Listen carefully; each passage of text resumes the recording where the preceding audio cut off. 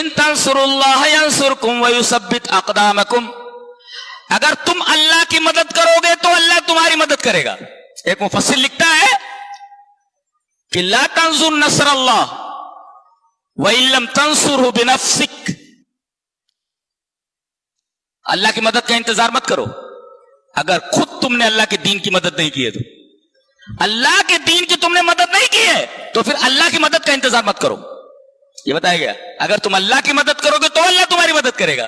کتنا پیارا تفسیر ہے، لا تنظر نصر اللہ، اللہ کی مدد کا انتظار مت کرو، ان لم تنصروا بنفسک، اگر تم نے خود اللہ کے دین کی مدد نہیں کی، اس کی مدد نہیں کی ہے تو اللہ کی مدد کرو، اللہ کی مدد آ جائے گی۔ اللہ کے دین کی مدد کرتے رہو، تمہیں مدد کی ضرورت ہوگی نا، پکارو فوراً مدد آ جائے گی۔ بہت خوبصورت تفسیرہ ہے۔ ایک مفسر اور تفسیرہ کرتا ہے، کیا بولتا ہے؟ داہن کا تفکیر